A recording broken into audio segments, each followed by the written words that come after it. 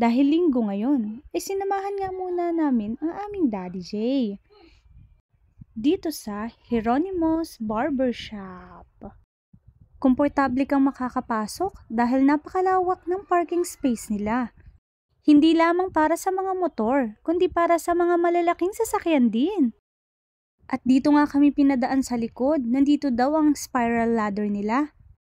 At ganito nga ang kanilang likuran. Nasa second floor kasi ang barbershop. Eto nga at nai-stranded pa pag akyat ang Daddy J ko at ang aking bebe. Sabi pagod na kasi ako. Pag akyat nga ay makikita agad ang kanilang waiting area. At ang ganda nga ng kanilang design. Ang aesthetic. At sa taas ay napakagandang view. Palayan na green talaga. Ang sarap sa mata. Kitang-kita nga itong barbershop pag dumaan ka sa highway. Kaya mabilis talaga mapapansin.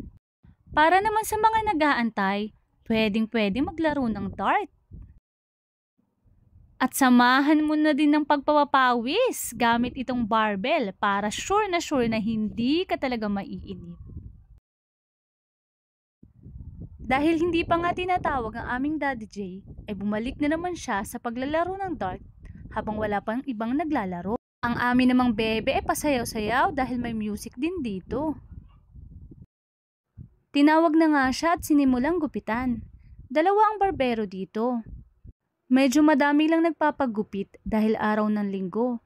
Pero hindi naman kami nainip kasi nakikipagkwentuhan ang may-ari. At eto nga natapos na siyang gupitan. At ang nagvi-video nito ay ang aming bebe. Supportive na supportive sa daddy niya. Eto nga at pagkaabot niya ng bayad, ay umalis na rin naman kami.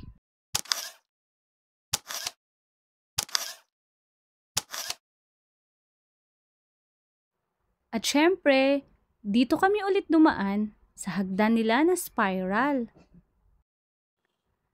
At uuwi na kami. Bye-bye!